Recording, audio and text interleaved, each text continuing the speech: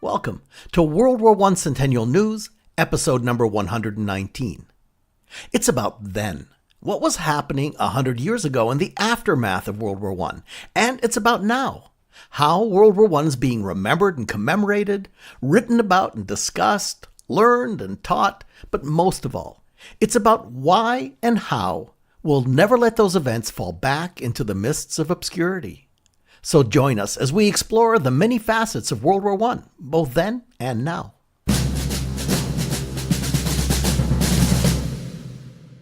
This week on the show, we explore the headlines of the newspapers 100 years ago in the fourth week of April. Mike Shuster takes us to Versailles in early May of 1919 as the Germans receive the Allied dictates.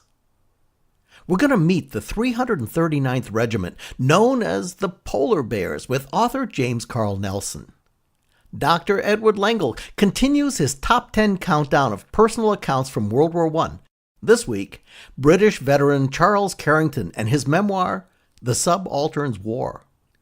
In commission news, coming up on 2019 Fleet Week in New York, we profile the May 2nd commemorative event at Cypress Hills National Cemetery in Brooklyn, and we're joined by Alain Dupuis, the president of the Federation of French War Veterans. For updates from the States, we'll speak with Susi Adler, a member of the Minnesota World War I Centennial Committee, who has created and continues to curate a Facebook page called Minnesotans Remembered. Then, for Remembering Veterans, we speak with the U.S. Navy History and Heritage Command and marine archaeologist Dr. Alexis Catsambis, exploring the USS San Diego sinking in World War I. All that and more this week on World War I Centennial News, which is brought to you by the U.S. World War I Centennial Commission, the Pritzker Military Museum and Library, the Starr Foundation, the Diana Davis Spencer Foundation, and the Richard Lounsbury Foundation. I'm Theo, the Chief Technologist for the Commission and your host. Welcome to the show.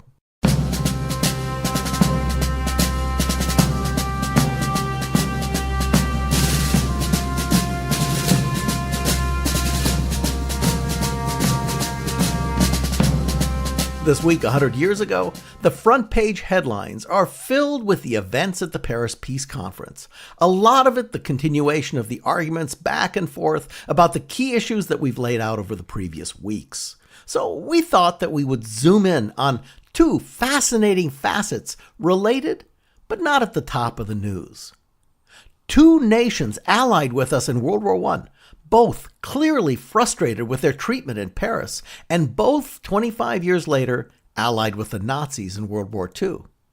Now, with that as a setup, let's jump into our centennial time machine and go back 100 years ago this week to look at some of the headlines of the day.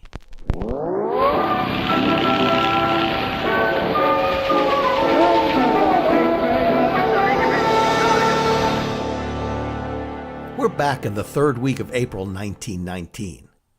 Our first track is following a sequence of stories this week about the Italians. It starts on Monday, April 21st. As you may remember, there's been an ongoing controversy about Italian territory. Let's examine that. Think of the Italian boot. On the bottom and the toe side is the Mediterranean. On the back calf is the Adriatic Sea, and way up on the back of the thigh, keeping the boot analogy going, is Venice, and coming around to what is now modern Slovenia and Croatia is an area that was known as Fiume. It's a great port, and Italy claims she'd made a deal with the Allies early on in the war, and so as far as she's concerned, the territory is hers.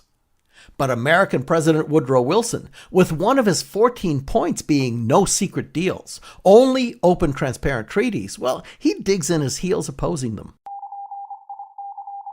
Headline: Wilson withdraws from the Fiume discussion.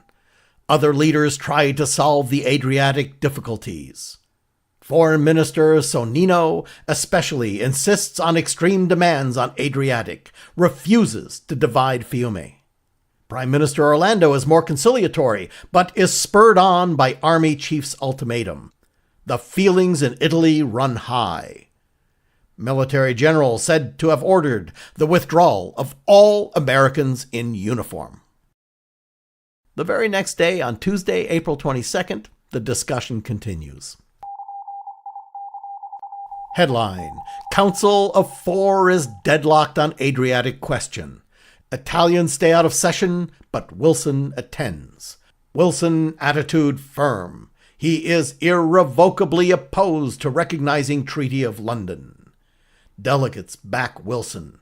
President not attending morning session, has long conference with them. And then on Wednesday, headline: Italy shows a disposition to abate her Adriatic claims. Italy stands firm for Fiume, but may consent to give up Dalmatian hinterlands. Private parleys continue. Orlando arranges a meeting with Lloyd George to seek plan of adjustment.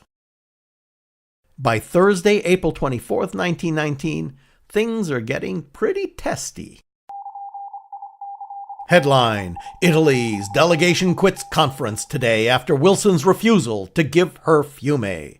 President's appeal fails to conciliate her. Italians decide to quit. So announced after meeting held to consider Wilson's statement, surprised by Wilson's act. Italian premier says he was about to make a supreme effort to settle the matter. He will appeal to the Italian people and let them make the decision. And so, by Friday, April 25th, Italian Prime Minister Orlando heads for home with his people in agreement.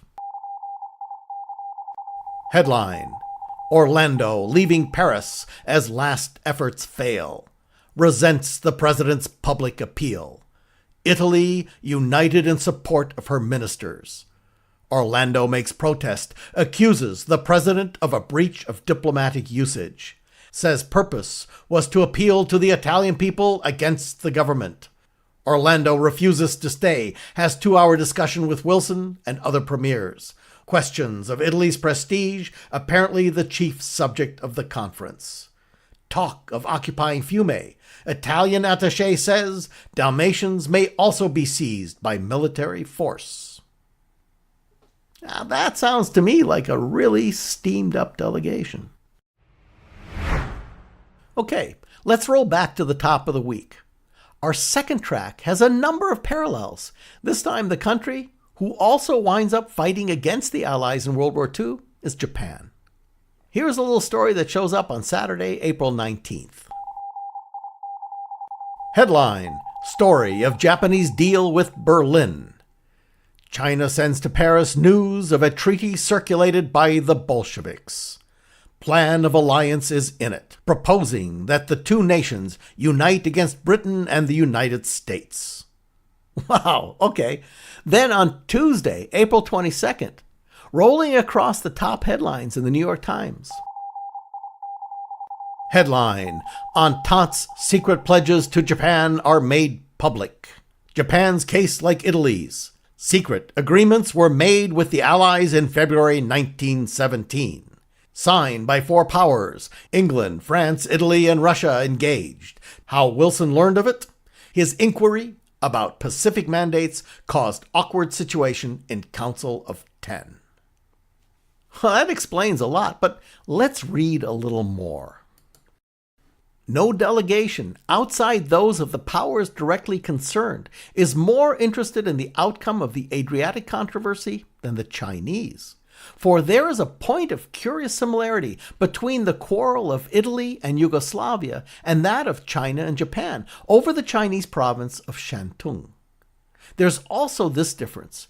Italy is struggling to get a debatable territory promised her by England and France as an inducement to enter the war. Japan based her case on secret agreements made by England, France, Italy, and Russia in February of 1917 that they would support Japan's claim to the German Pacific Islands north of the equator and the Chinese territory of Shantung, from which Germany had been ousted. Evidence of these promises given to Japan is contained in hitherto unpublished diplomatic notes, which are part of a cable dispatched. Neither President Wilson nor the Chinese delegates knew of the existence of these secret agreements when they came to Paris. The disclosure was first made to Mr. Wilson at a meeting of the Council of Ten. And finally, on Wednesday the 23rd, two headlines that set the controversy and the positions. Headline: Japan position in China not to be dealt with now. And in a second headline, Japan stands on secret treaties, asks her allies what they're going to do in view of the agreement on Shantung, urges special interests, declares her domination of the Chinese province justified by a sort of Monroe Doctrine. And so go two of the stories 100 years ago this week, involving two allied nations who clearly do not feel the love in Paris this springtime, in the aftermath of one world war and as a precursor to another. With that, we're joined by Mike Shuster, former NPR correspondent and curator for the Great War Project blog. Mike, your post this week is a direct follow-up to last week, as in early May 1919, the Germans are called to Versailles to receive and respond to the peace treaty. It's not a very happy story, is it, Mike? Not at all a happy story, Theo. The headline reads, "An undiplomatic German performance. French appetite for revenge still in charge. Germans lose confidence in Wilson, such a scoundrel." And it's special to the Great War Project. The shock of the draft treaty deepens. So writes historian Thomas Fleming. On the afternoon of May 7th, a century ago, the German foreign minister and other German dignitaries are ushered into one of the immense royal palaces of the French kings. The Germans sit across from the big three, Clemenceau, Lloyd George, and President Wilson. The press reports that the Germans are seated at the table of the accused. Clemenceau rises and begins by saying that this was not the time nor the place for superfluous words. He spat out a venomous speech, Fleming reports. Addressing the Germans directly, he says the hour has struck for the weighty settlement of your account. The French appetite for revenge, Fleming concludes, is still in charge. The Germans registered shock and disbelief, reports Fleming. Clemenceau is telling them there will be no face-to-face negotiations. Then it was the German Prime Minister's turn. He did not stand to deliver his remarks. Some see this as a sign of disrespect, but others see he is terribly nervous and unable to stand. He begins by saying, "We know the intensity of the hatred that meets us and the blame placed on them." The German leader confesses he can never agree. Such a confession that fastened blame for the war he could never accept. Such a confession in my mouth would be a lie. He tells his audience the continuing British blockade is killing hundreds of thousands of German non-combatants. Then he reminds them that they had offered peace on the basis of Wilson's 14 points. One British delegate dismisses these words as the most tactless speech he had ever heard. Clemenceau's face turned a bright red. Lloyd George grew so angry, he snapped an ivory letter opener in half. After reading the treaty all the way through, Wilson turns to one American delegate and confesses, "If I were a German, I think I should never sign it." The Germans spend the night translating the full text of the treaty. By dawn, writes Fleming, they saw what confronted them. Along with the confession of guilt for the war were reparations that could be decided later, which meant that Germany's economy would be at the mercy of the victors for as long as they pleased. Added to this, Fleming reports, are the loss of crucial coal fields to the Poles and the French, the separation of the Rhineland, the Saar, and Upper Silesia from what had been Germany, the loss of the port city of Danzig, now attached to Poland, the all but total destruction of their army and navy, and a demand that the Kaiser and an unspecified number of other leaders be surrendered for trial as war criminals. The terms, observes Fleming, drive one member of the German delegation, a socialist, to drink. In an alcoholic rage, he smashed glasses and shouts, "I believed in Woodrow Wilson until today. I believed him an honest man. And now that scoundrel sends us such a treaty."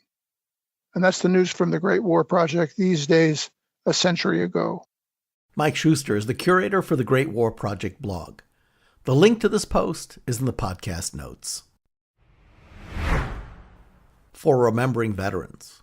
When people think World War I, They mostly think Western Front. They think November 11th, 1918 armistice. Fair enough. Maybe they think Middle East, but there was yet another fight going on that started mere months before the armistice and went on through the summer of 1920. America had 13,000 men in a cold and miserable fight up in northern Russia. From Archangel, that's a place up near Finland, across Siberia to Vladivostok, all the way east just north of what today's known as North Korea. Now, that works out to be about 11 time zones away, all at or above the Arctic Circle. No wonder the men of the 339th Regiment were known as the Polar Bears. It's a pretty incredible and not widely told World War I story. And with us today is James Carl Nelson, the author of 4 books about the military experience in World War I, including The Polar Bear Expedition, The Heroes of America's Forgotten Invasion of Russia. James, I'm shivering just thinking about it. Welcome. Thank you very much. Now, James, I didn't really know much about this story. Could you start by giving our listeners an overview of this whole part of World War I, the Red and the White Armies, sort of the 10,000-foot view? As you mentioned, most people think of the Western Front and what was fighting in France between the British and the French and the Germans. But, in actuality, the Russians had entered World War I in 1914 as well and was holding a front in the east, fighting Germans and Austro-Hungarians. And it was quite an active front. But in the late 1917, with the Russian Revolution, Vladimir Lenin took Russia out of the war, signed a separate peace with Germany, and that allowed Germany to transfer 80 divisions of men to the Western Front. And many of these divisions took part in a massive offensive that was launched March 21st, 1918. By the early part of June, Germans were only 30 miles from Paris. The situation was perilous, and the High Command was casting about for some way to relieve the pressure. And they came up with the idea of an intervention in northern Russia aimed at recreating the Eastern Front. They had this idea that if they landed some troops, got local support from anti-Bolsheviks, and reached out to this sort of ephemeral large body of men, about 40,000 to 50,000 Czechs, called the Czech Legion, who had been prisoners of war in Russia and were trying to make their way through Siberia to actually get back to France and fight on the Western Front. So they had this idea that they could do that, push into the interior, get this legion turned around, and thereby make the Germans at least stop bleeding their troops off the front or even make them return. So how did the 339th Regiment get this honor? Who were they? President Woodrow Wilson had resisted the Allies' entreaties to join their little party in northern Russia. But finally, in mid-July 1918, he caved and decided he would send one regiment to northern Russia, proviso being that they only guard military stores that the Allies had sent to the Russian army during World War I. And so they selected the 339th, mainly men from Michigan. Part of the reason was coming from Michigan and knowing cold weather, they thought that they would be hardier and be able to withstand the conditions, which were going to be brutal. We're talking 16 below temperatures. The commander, Colonel George Stewart, had spent several years serving the Army in Alaska, so he was inured to the cold. And by the time the decision was made and things started rolling, 339th was in London training, expecting to be sent to France, and instead found their way to Archangel in northern Russia. Now, they fought under British command, didn't they? What's the story? Yeah, the British were running the show. So what happened was, as soon as the 339th landed on September 5th, 1918, the British hauled them off their transports and put them right into action. There was no thought of just guarding stores. One battalion stayed in Archangel, sort of service and supply, but the 1st and 3rd were sent into the interior. The 3rd went rolling southwards towards Vologda along the railway line, and the 1st battalion was sent up the Dvina River and just to the hinterlands, aiming to get to Kotlas, where they about 300 miles away, where they hoped to reach out to the Czechs. They found themselves in battle with the Bolsheviks very quickly. How many people did we lose during all this? The regiment, 235 men died. 70 of those were from influenza. Influenza had broken out on the ships while they were on their way to Russia. The rest were killed in action, died of wounds. There were some accidents. Maybe not super significant compared to some of the losses on the Western Front, but the fact that they were there at all was a travesty in some ways. Now, when these boys came home, was it to special recognition, or was this act of heroism as unknown as the whole story? Well, I think locally, being from Michigan, they rolled into Detroit on the Vanguard on July 3rd, 1919. The local populace there celebrated them. They had a big 4th of July event. of parade and speeches. So locally, it's known in Michigan, but this story is not really well known outside of Michigan. Like men mainly of World War I in general, they kind of just drifted back into society, although they did create a polar bear association to commemorate themselves, their losses, their sacrifice. And in 1929, they sent a contingent back to Russia, gained entry, and were able to retrieve 86 bodies out of the 100 and some that had been left behind when they left Russia. Okay, James, how did you personally get onto this story? What made you decide to do the book? I have to be honest, it kind of came from my editor, Peter Hubbard at HarperCollins. He saw a link to the Siberian end of this, contacted my agent, said, wow, this is a wild story. I wonder if there's a book in it. Jim sent it to me, Jim Hornfischer, and I looked into it, and I decided the Archangel end was doable, and there were characters that could be delineated. Were there any first-person accounts that popped up? Oh, yeah. The Bentley Historical Library in Ann Arbor, Michigan has some great stuff. They've got diaries. From all the regiments I've studied, this one seems to have really documented its time because of the unusual circumstances. So there were diaries, letters, photographs, a lot of personal accounts, and plus 3 of them, when they came home, wrote books about it. That was pretty good resource material, too.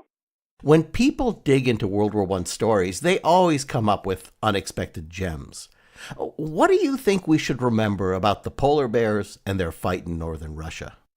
I think if people had known about this when we were talking about getting into Vietnam, they might have thought twice. And just, I think they should celebrate what these men went through. Like I say, the temperatures, the conditions were cruel. A single company manning an outpost 250 miles from Archangel. Meanwhile, the gathering horde of Bolsheviks are ready to pounce on them, and which they did in January of 1919, and sent a lot of these men running for their lives towards Archangel. James, thank you for bringing us all this story. I've got to go sit in the sun. Thank you. James Carl Nelson, the author of The Polar Bear Expedition, The Heroes of America's Forgotten Invasion of Russia.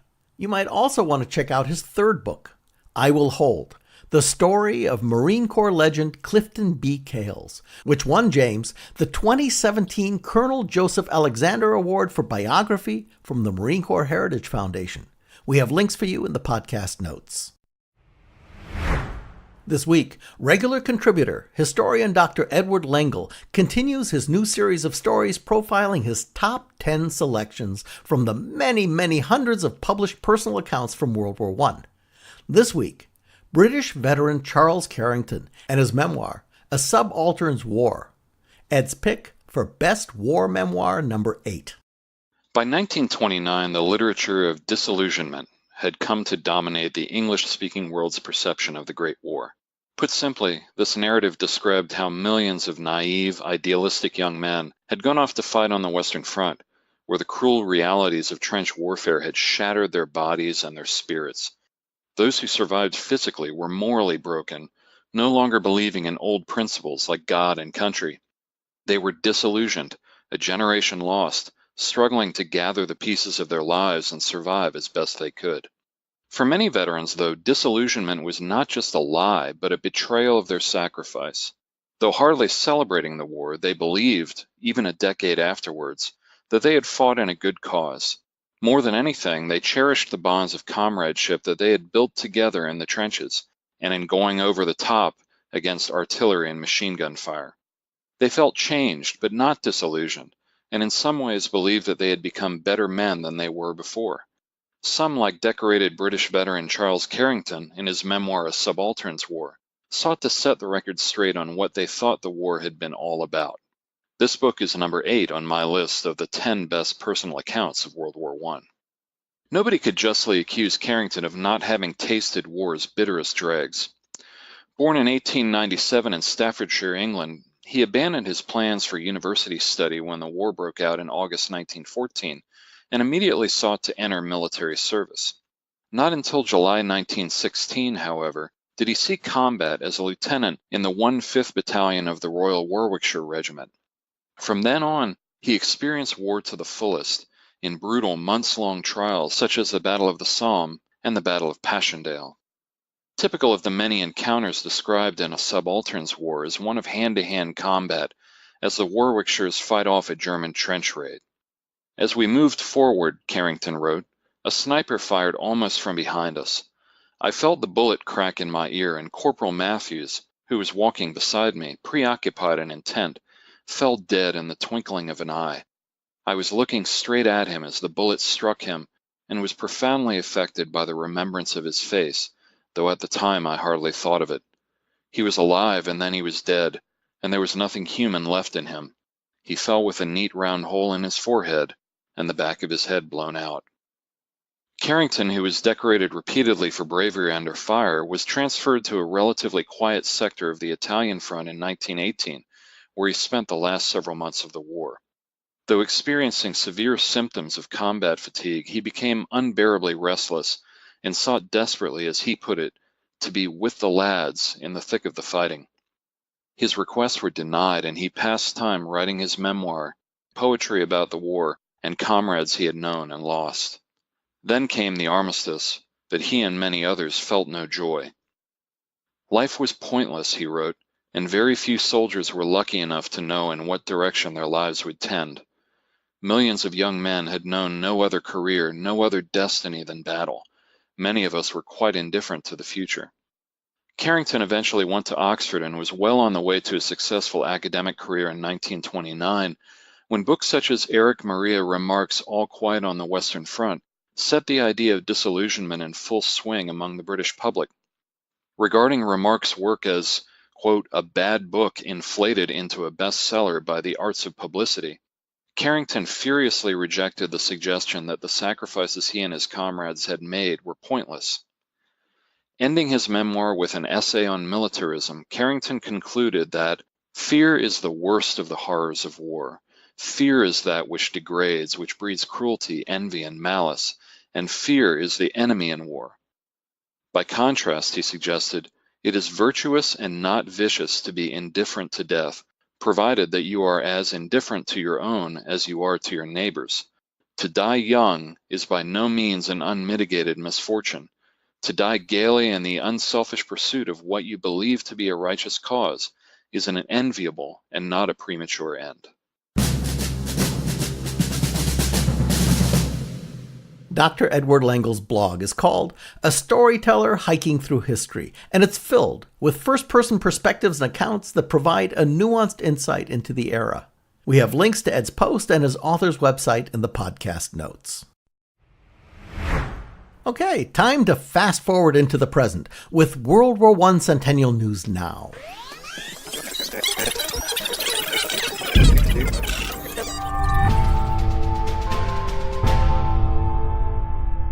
During this part of the podcast, we explore how World War I is being remembered and commemorated, written about and discussed, and taught and learned today. Here's where we spotlight the surprisingly numerous and significant remembrances, honorings, and commemoration activities surrounding World War I and World War I themes. This week in Commission News, I'd like to profile an upcoming event that we touched on last week in our dispatch headlines. Kicking off our participation in the 2019 World War I theme for New York's Fleet Week. On Thursday, May 2nd, the U.S. World War I Centennial Commission will host a commemorative event at Cypress Hills National Cemetery in Brooklyn. There, we're going to take a moment to remember some World War I veterans resting at Cypress Hills. Those heroes specifically include Marine Sergeant Major Dan Daly, World War I hero and double recipient of the Medal of Honor. Navy coxswain John Cooper, also a double recipient of the Medal of Honor. And some international colleagues, specifically 21 World War I era sailors from the French Navy and 3 World War I era sailors of the Royal British Navy, all of whom passed away in New York during the World War I influenza pandemic, also called the Spanish flu. Featured guests for this commemoration are going to include representatives from the United States Navy, the United States Marine Corps, the Consulate of France, the Consulate of the United Kingdom, and members of the New York City Mayor's Office of Veteran Affairs, among others. And we have a special guest with us today to tell us more about the French veterans who will be remembered and honored. Alain Dupuis is the president of the Federation of French War Veterans. Alain, welcome to the show. Thank you. Alain, before we get into the French soldiers who were interred at Cypress Hills, tell us a little bit about the Federation of French Veterans. They started in 1919 after the war. So those were the people living in the United States who came back from the front line or came back from the war. They were about 1,000, then they reached like 3,000. And then after that, just succeeded World War II. And now, unfortunately, we are about 20. But we participate in numerous ceremonies with the Americans and also to cemeteries in Flushing and Cypress Hill. We visit about twice a year around the Memorial Day and also around the November 1st. That we visit regularly to honor the American soldiers and of the two countries who, since the Battle of Yorktown, have defended and defend side by side common value and ideas. Well, the Franco-American comradeship is really long-standing, going all the way back to Lafayette and the Revolutionary War. So let's talk about history. When these French soldiers were lost to the pandemic, what were they doing in New York? They were part of different ships from the French Navy. One was called La Marseillaise, one La Gloire, and the other one the Montcalm. We were in New York Harbor waiting to escort merchant ships loaded with war supplies for Allies' victory. It was a dangerous mission because 6,596 civilian and military ships were sunk by 274 German U-boats. So they were in port at the time. They were in port at the time, yes. They probably contacted the sickness in Europe before their departure. What do we know about these men in specific? Not much. I have the list of names which I am looking at. They have different specialties on the ship. They were all young, in the 18, 20, 25. And most of them were from Brittany, France. Yet we don't know much about how did it happen. Just they die here in New York, and thanks to the Americans, they rest in this great federal cemetery where are buried the American heroes in the American Revolution. Well, most people think about the U.S. soldiers buried in cemeteries in France and are probably a bit surprised that some French soldiers are resting here. Alain, is there anything else we should know about this? This time, with what will happen May 2, we try to have many, many more people, hopefully. It does seem to be shaping up into quite an event on May 2nd. The interest and the participation is really growing and expanding. So, Alain, thank you for your support and thank you for joining us today. A pleasure. It was a pleasure. Thank you, sir. Alain Dupuis is the president of the Federation of French War Veterans. We have links in the podcast notes about the event on May 2nd. And a note to our listeners in the New York area. This event is open to the public and the media. Next, for Remembering Veterans, we're going to explore the story of a ship that sank on the eastern seaboard in July of 1918. Now, first commissioned in 1907 as the USS California, the cruiser was rechristened the USS San Diego on September 1st, 1914. Now, she spent most of her career as part of the Pacific Fleet before being reassigned to the Atlantic Fleet on July 18, 1917, where she escorted convoys on the first part of their journey to Europe. Although other ships like the Tampa were also lost in World War I, this event was shrouded in mystery and a lot of theories about why and how the San Diego went down. That is until last year. With us to talk about this is Dr. Alexis Catsambis, a maritime archaeologist with the Underwater Archaeology Branch of the U.S. Naval History and Heritage Command in Washington, D.C. Since 2008, Dr. Catsambis has provided for the stewardship, research, conservation, and curation of submerged U.S. Navy heritage sites, including the San Diego. Dr. Catsambis, thank you for joining us. A pleasure. Thank you for having me. Let me start with underwater archaeology in general. How would you define the field and its challenges? So underwater archaeology uses scientific methods in an underwater environment to study and interpret the remains of the human past. Now, about the San Diego herself, what was the news at the time? What was she doing when she went down? Well, many Americans, when they think of the Great War, they envision the carnage of trench warfare and lands across the ocean. But the sea itself actually played a defining role in the outcome of the war.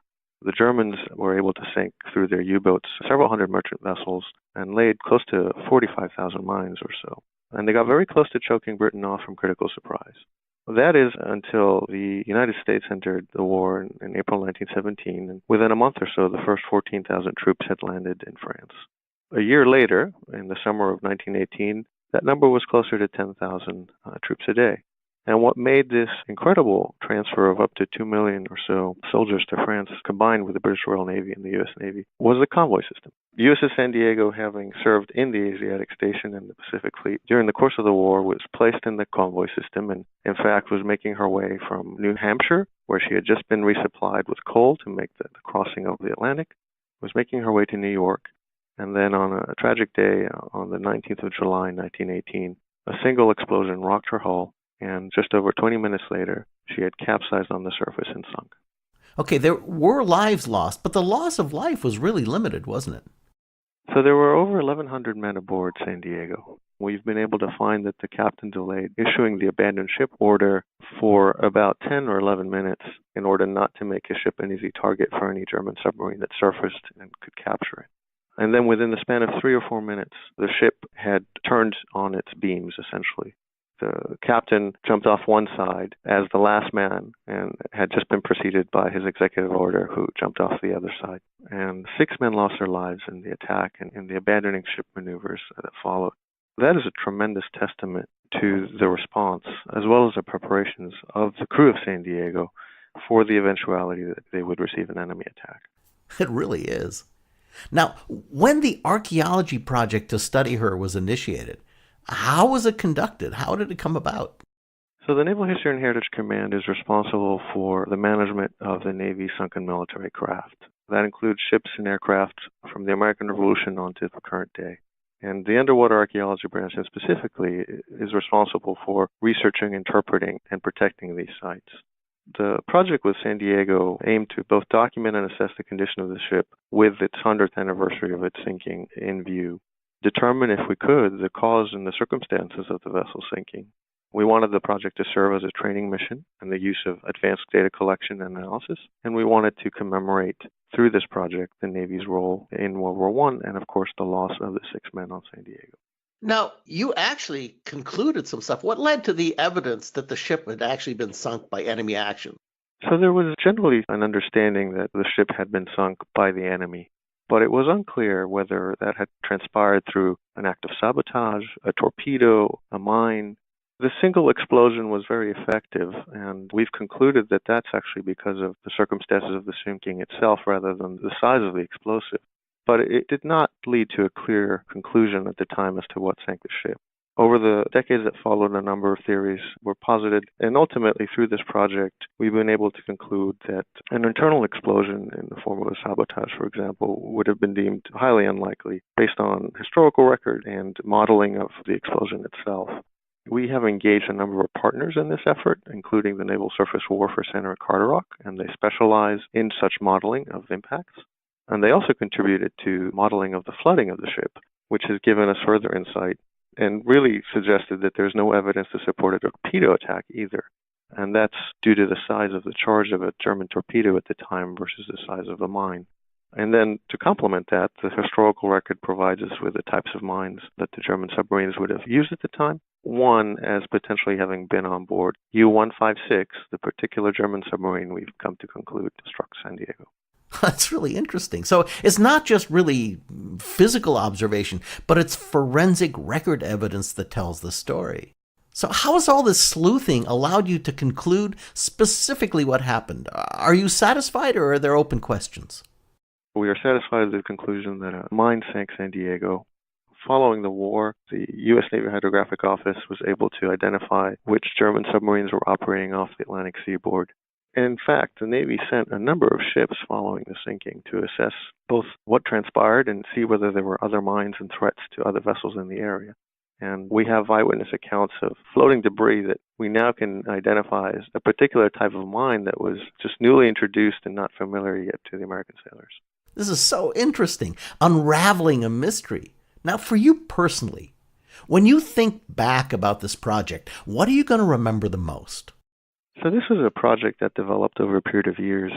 We were able to visit the site of San Diego 4 different occasions. 3 of them were in partnership with the Mobile Diving and Salvage Unit. These are the Navy divers who have to perform qualification training for their diving credentials. And we offered them a particular objective, which was to assess the site of San Diego. One of those projects in September 2017 was in partnership with the University of Delaware, and collected advanced remote sensing data on the site. And then the final project, in July 1918, on the day of the sinking 100 years earlier, we were able to lay a wreath on the site of San Diego and commemorate the loss of those sailors. And I think personally that moment brought everything together and signified the intent behind the whole project. Technology for this kind of research must be evolving a lot. How much of a role does new tech play in being able to forensically unravel these mysteries? That's a great question. We've seen in the last decade or two a tremendous advancement in mapping capabilities underwater. For our purposes, that's wonderful because we're able to capture more data at a higher resolution and interpret these sites. There's an act called the Sunken Military Craft Act that puts in place some protections for Navy ship and aircraft wrecks that have been lost. And as we are able to access these sites more, it becomes even more important for us to be able to educate the public through the application of technology about the importance of respecting them. Many are war graves, many carry oil or ordnance, many are historically very important. And we want to document them as long as we can and to the best abilities we can. Okay, in summary, what should our listeners take away from this story? I think what's stuck in my mind from everything we've learned is just how incredibly these men prepared for and responded to this event. Great story. Thank you for joining us. A pleasure. Dr. Alexis Catsambis, a maritime archaeologist with the Underwater Archaeology Branch of the U.S. Naval History and Heritage Command in Washington, D.C. We have links in the podcast notes to learn more about the San Diego, her demise, and the study that revealed what happened. For updates from the States, let me set this up. As we came up on the centennial of World War I, the U.S. World War I Centennial Commission tried to identify, support, and when needed, help organize local state organizations that would focus on their state's centennial commemoration. Now, these organizations really rocked it. They did an incredible job and created awareness, events, focused state legislative initiatives, education, and a lot more in their states. Although some of the organizations have since disbanded, as we crossed the centennial of the armistice last year on November 11th, we really expected most of the state organizations to cease operation. To their credit, and to the great benefit of remembering World War I, many state World War I centennial organizations are not only still active, but as active as they've ever been. And even if the official organizations disbanded, the individuals who served on those committees and commissions have not stopped their activity. We want to use this section of the podcast to highlight and promote some of this exemplary work still going on, especially since most of it is in the context of remembering those who served. Susi Adler is one such individual, a member of the Minnesota World War I Centennial Committee, who has created and continues to curate a Facebook group called Minnesotans Remembered. Now, Susi's here with us today to tell us about her project. Susi, welcome to the podcast. Thanks for having me on. So, Susi, let me start by asking you, the World War I Centennial Committee, is it still officially operating? Well, we did not want to disband officially, so we have decided that we are dormant. We keep in touch if our group is needed. One of the items that we're currently working on is at Minnesota State Legislature. We have a bill to update a World War I plaque to be more inclusive. And so as part of our committee, we are following along. One of our members has gone to testify to give our support to this new plaque. So we're watching that as it's going through the legislature. So at this point, we are informally still keeping in contact and still doing our thing, but not as a formal process anymore. Okay, well, thank you. So let's talk about your Facebook page, Minnesotans Remembered. What is it and how did it get started? What kind of things will I find if I go there? Well, my interest in the Minnesotas who served in World War I started back in 2014. I was in the Meuse-Argonne area for a week at the same time as a group of friends, including Doug Becky, who was then the curator of the Minnesota Military Museum. And each morning, our group would get together for an early breakfast. Doug would tell us what he was planning to do that day and pull out maps and describe the context and the special significance to Minnesotans. I was totally fascinated. Of course, we followed Doug on his plan for the day. And Doug Becky, he has been my mentor ever since. So along with most of the notable sites of the area, we went to the American cemeteries. And on my first visit to the Meuse-Argonne American Cemetery, I was struck by the beauty and calm of the cemetery. There are 15,000 Americans commemorated in that cemetery. The grave markers are perfectly aligned. It's quiet, except for the trees rusting a little bit in the wind and an occasional visitor wandering down a roll. This is on the same land that our soldiers fought valiantly. It was very chaotic at the time. And while military strategy and geography are important to understanding World War I was just drawn to the individual soldiers named on the crosses. And so as I stood there alone in a section, my eyes were drawn to a grave marker from a soldier from Minnesota, and then another one from Minnesota, and another one. And I wondered, does anybody from Minnesota remember the Minnesotans who were buried 4,000 miles from home? People know their uncle. They may have heard about a great uncle. Who knows or remembers their great uncle? I decided I would remember them. That began my missive to document something personable about each of the Minnesota soldiers. So after I started this project, now when I stand in the cemetery, I don't see a field of crosses. I see faces of soldiers from Minnesota. I hear their stories, and I know their stories are documented and will be remembered. Oh, that's beautiful. Well, as you compiled these stories, what are one or two that stick out for you the most? Oh, they're all my Minnesota boys. In France, my friends over there, my local friends there, tease me. I have a Minnesota boy for you, they tell me. So you've adopted them all. About 466 so far. But there are some that just tug at my heart. For instance, Warren Gamble, who was a sergeant first class, and a classmate of his at Hamline University, Glenn Donaldson, they were part of a group that volunteered together to be an ambulance unit. And as an ambulance unit, they did get split up and put wherever they needed to be. Warren and Glenn happened to be together in October of 1918 and were serving the 2nd Division, bringing wounded back from a fierce battle. And the ambulance got hit by shell fire. Both of them won the Distinguished Service Cross. And it's one thing to have won the Distinguished Service Cross, but most of these people were just ordinary boys. Again, I'm older now, so boys is appropriate because they're my son's age. They were boys. You're absolutely right. Yes, and I feel as the mother of these men, they didn't have to go one more time to go get more wounded, but they did it because they felt they needed to. So those two are both buried at the Meuse-Argonne American Cemetery. I visit those two each and every time I go to the cemetery. And then I actually was on the spot where their ambulance had been hit and commemorated their story 100 years later. That really struck something to me about being in their place at the time. And they were easy to research. And other soldiers are a little harder. Sometimes all I can get is the basic rank, name, unit, date of death. One of these soldiers is Private Clark Harris, who was with the 369th Infantry, which is part of the 93rd Division. And the policy and practice of segregation and discrimination discounted the bravery and patriotism that had been shown by the 369th.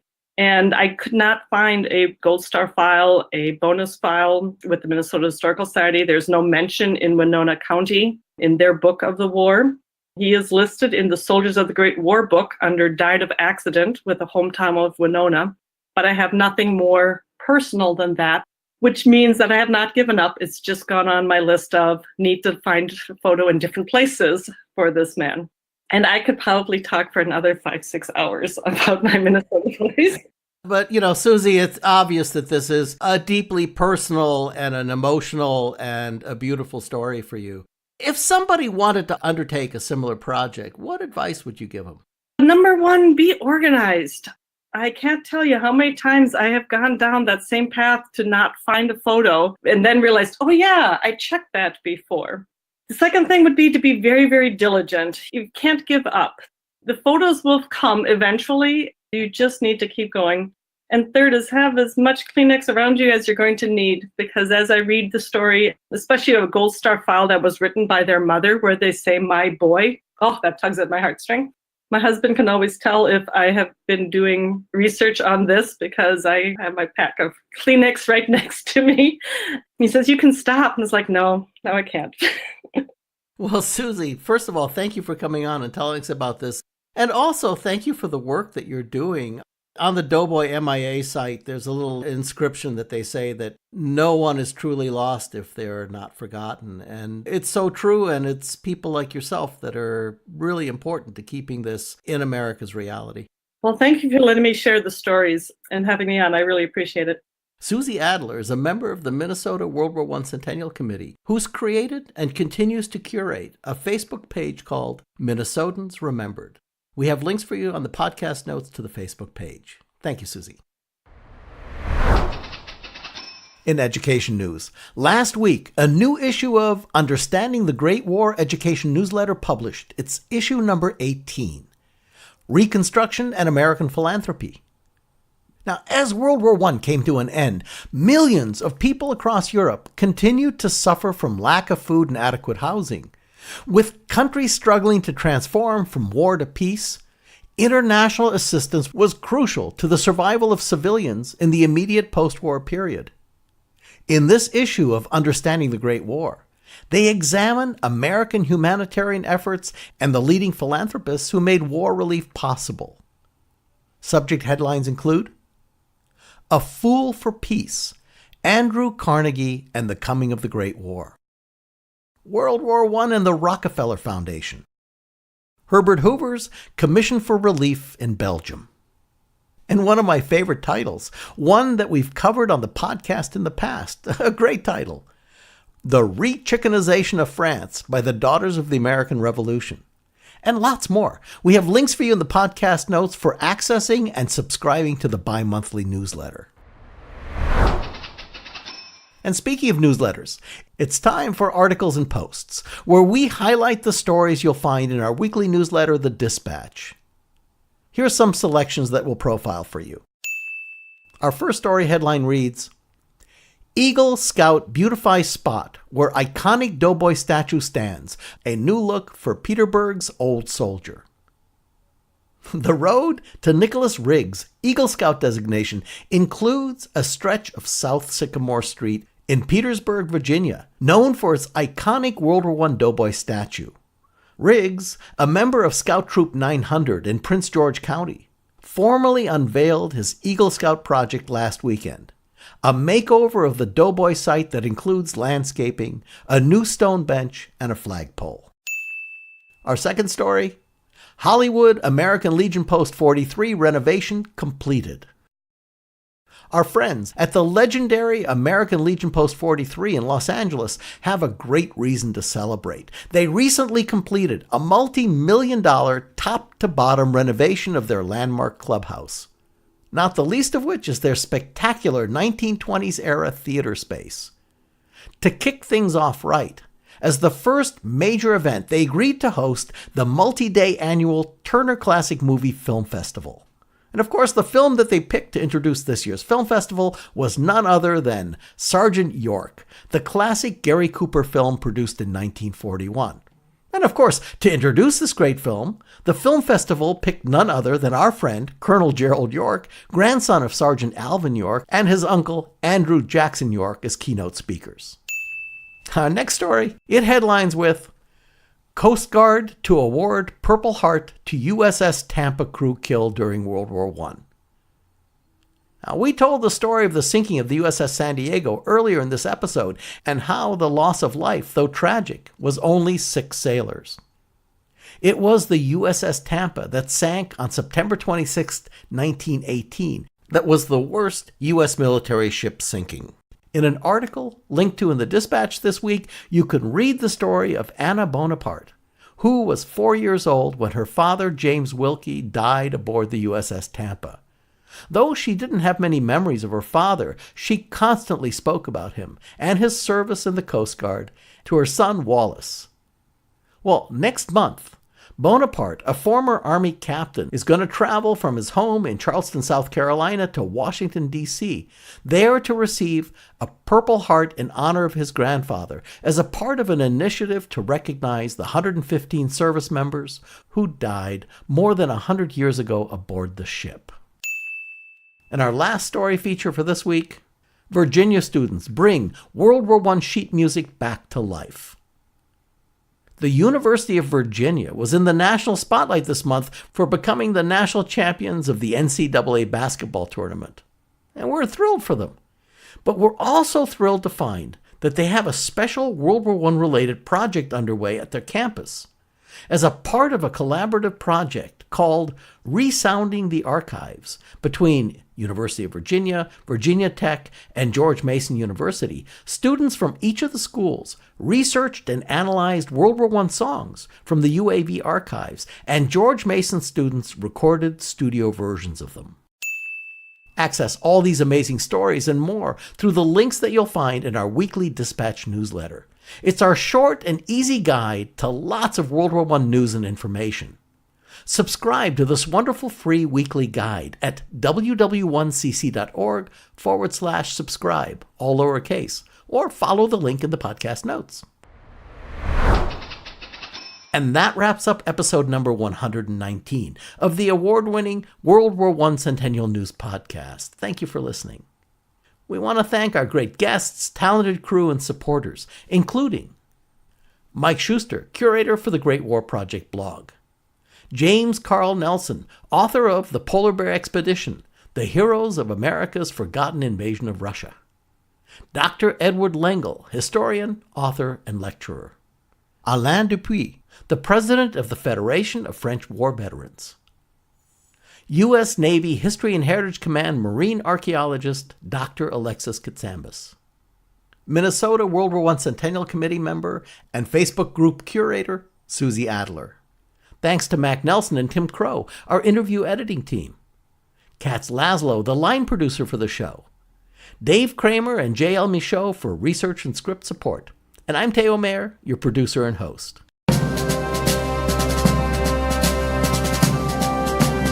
The U.S. World War I Centennial Commission was created by Congress to honor, commemorate, and educate about World War I. Our programs are to inspire a national conversation and awareness about World War I, including this podcast. We're bringing the lessons of 100 years ago to today's educators, their classrooms, and to the public. We're helping to restore World War I memorials in communities of all sizes across our country. And of course, we're building America's National World War I Memorial in Washington, D.C. We want to thank the Commission's founding sponsor, the Pritzker Military Museum and Library, as well as our other sponsors, the Starr Foundation, the Diana Davis Spencer Foundation, and the Richard Lounsbury Foundation. The podcast and a full transcript of the show can be found on our website at www.1cc.org/cn. You'll find World War I Centennial News in all the places that you get your podcasts, even on YouTube, or by asking Siri or using your smart speaker by saying, play WW1 Centennial News Podcast. The podcast Twitter handle is at the WW1 Podcast.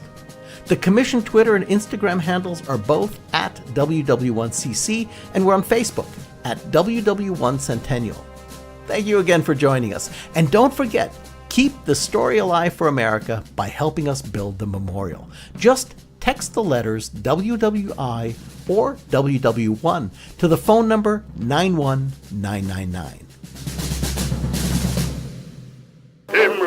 At the fighting, Tim Rooney's at the fighting, he's far away in the lands across the sea. For freedom's wrongs he's righting, and when he's done with fighting, he'll come back to